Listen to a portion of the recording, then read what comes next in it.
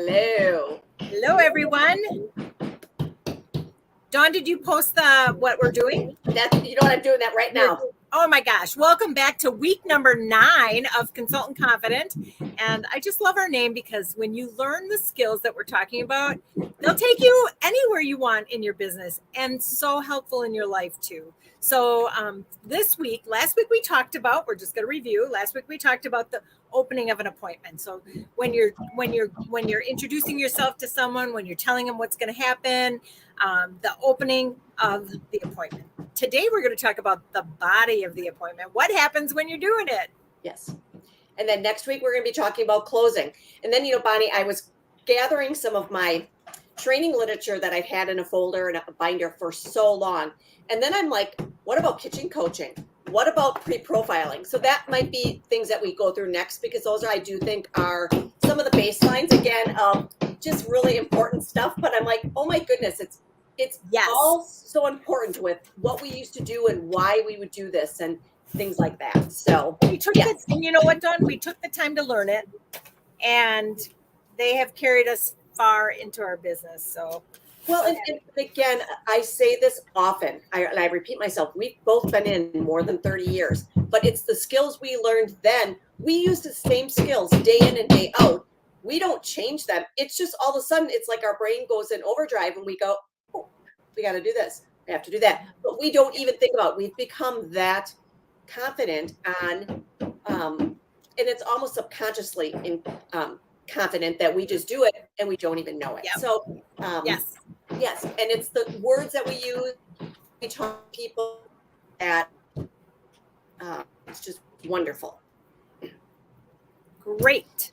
So, Dawn, we talked about the opening, yes. And we talked about the opening and what to do, how to keep it simple, what to say, things like that. Once you get past that opening, you told them about yourself, you had introductions, you told them, if you have a hostess, you told them what you're going to be doing. What happens then? Well, Bonnie, in most cases, let's just talk about if we were going to be doing a skincare class. Okay. All of a sudden, we're transitioning into all of a sudden, we're going to start to talk about, now you're going to put this cleanser on. It's weird because, Bonnie, up until then, they've been looking at you but now for like the next, let's say 15 minutes, because it does not take that long, 15 to 20 minutes, you're going to be having them on the cleanser. Then you might be doing microdermabrasion. You might be having them sit with the mask, but all of a sudden the focus becomes very, very narrow on them and their skin and what they're feeling, touching, and what they're doing to their face. So that's where it's not so much what you say, because you have the flip chart there, but it's that, you keep it simple, you keep it flowing, you involve your guests, you mention that you are going to. You guys. Unbelievable. Dawn and I maybe could write a chapter book on some of the things that have happened in the last week. And that's fun. We're rolling with it. And that's your business too. You know what? That could even happen. That could even happen at a Mary Kay party, and you just roll with it. You just go. You're doing this, and then it's like, where was I? So the flip chart will help you bring you back to where you were. Yes. You're going to mention that you're going to have an individual close with them. You're going to have positive body language, and you're going to mention their second appointment. So, I would just say that the body, keep it simple.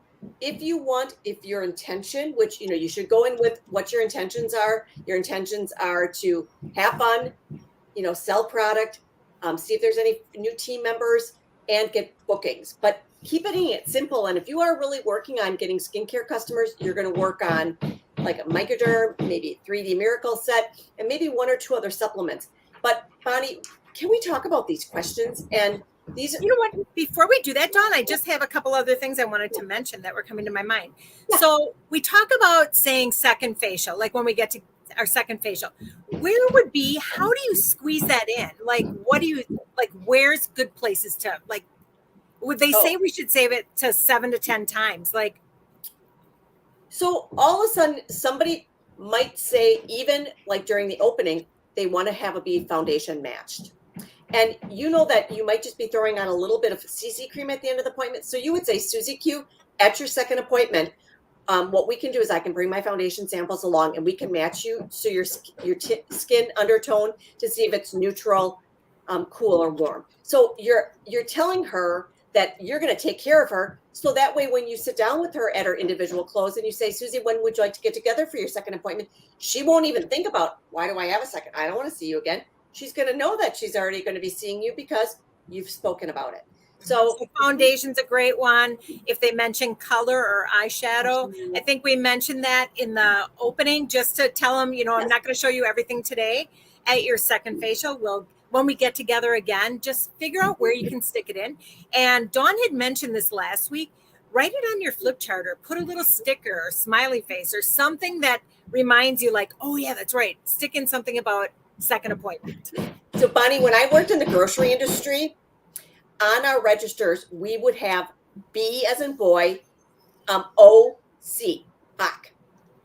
That stood for bottom of the cart, which means it was our subliminal to look over the belt to see if they had anything hidden at the bottom of their cart. So this is your reminder to say your checkup facial and at your individual close. So perfect. Okay, Dawn. Now, during the appointment, you'll follow along in your flip chart and you're going to keep it simple. And I just want to throw out to really keep it simple. Like, don't overdo the amount of products you use because whatever they use. Okay, you guys, I remember like that I would do all this stuff and then I'd give them more and I'd give them more. And then at the end, and we did all this and she should have bought like thousands, and she bought a lip gloss, but it was the last thing that I put on her face. So really keep the body of your appointment really simple and limited amount of products. Okay, Dawn has these questions and we kind of referred to them a little bit last week. There's actually 40 of them. And okay, now my phone. If we can talk about those questions, Dawn. So Bonnie, I'm going to quickly read through the first 20. You want to read through the second 20? Because I think people need to hear these because these are power questions. Okay. Can you get excited about? Do you see the value of? Do you see the benefit in? Can you see the merit in? Are you glad that? Aren't you looking forward to? Doesn't it make sense? Don't you agree? Isn't it going to be fun when? Isn't it about time that? Doesn't it give you confidence to know? Would it be worthwhile to find? Can you see the advantage of? Would it be reassuring? Would it be great to save money by? Aren't you really excited that? Won't it be gratifying when? Isn't it good to know? Would it be marvelous too? Okay. So you just use those beginnings and put whatever ending you want. The next 20. I know these are like they sound so normal. Like, of course I'd say something like that. Yes. Haven't you enjoyed? Haven't you benefited by? Would you be happy to find? Aren't you happy to know? Aren't you anxious to know? Isn't it fantastic to know? Isn't it wonderful to find? Would it be satisfying to know? Isn't it worth considering that? Would you prefer? Don't you feel it's best if? Can't you see how this would?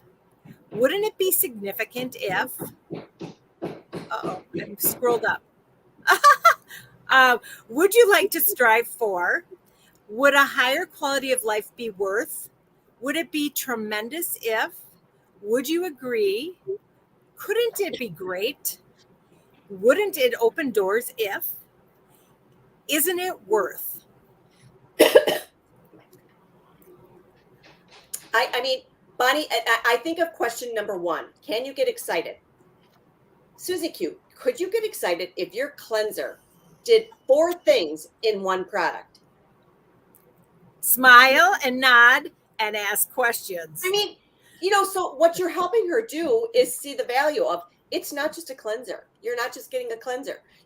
Would your time be cut in half? And would that be a benefit to your schedule if you could do all of that in one product? Well, Dawn, I want to just say when you ask questions, you might be thinking like, I don't know if I want to do that. But when you ask questions, you involve people. It's just they're part of it. When you don't ask questions, it's like sentence, sentence, sentence, sentence, sentence.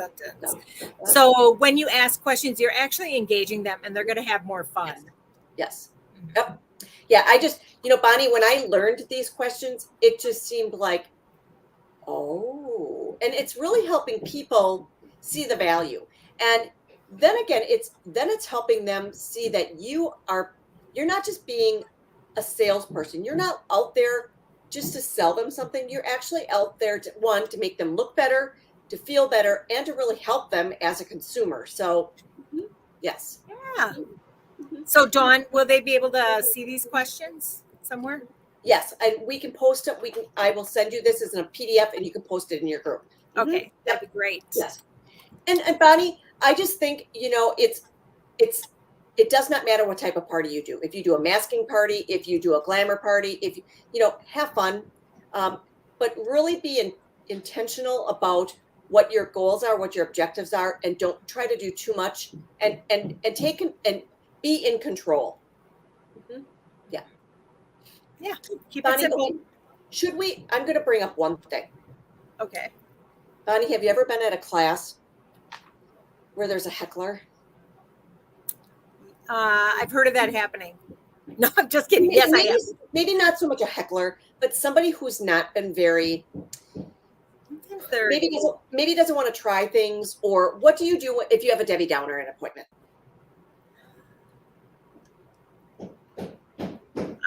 Kind of depends on the situation.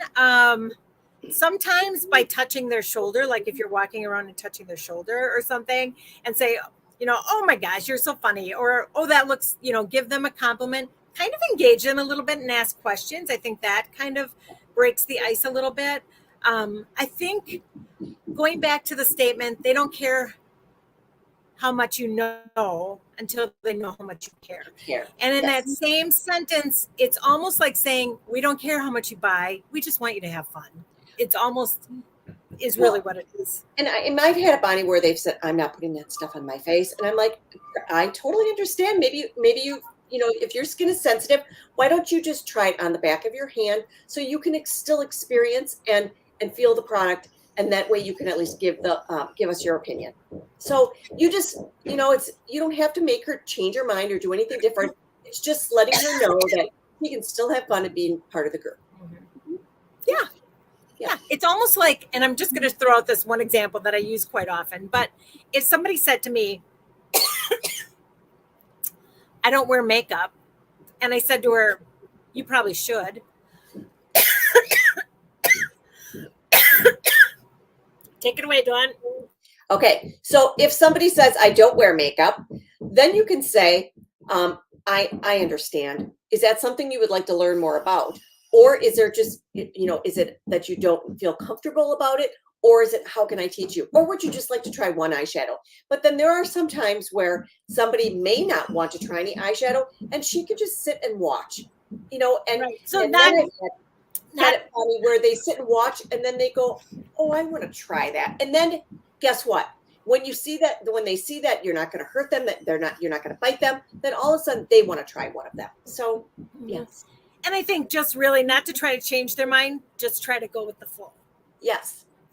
Or that woman who maybe doesn't like lipstick. Would you like to try a lip balm? Would you like to try a lip gloss? Mm-hmm. Yes. And if she says no, then just say that's okay. Yes. If you change your mind at your individual appointment or your second appointment, we can work on that. Perfect. Yeah. So, all right, Bonnie. Sorry about that little coughing, Jake. Woo. Bonnie, happens to all of us. All right. Okay. And we will see you next week for the next week, our 10th Consultant Confident class. All right. Thank you. Bye, everyone.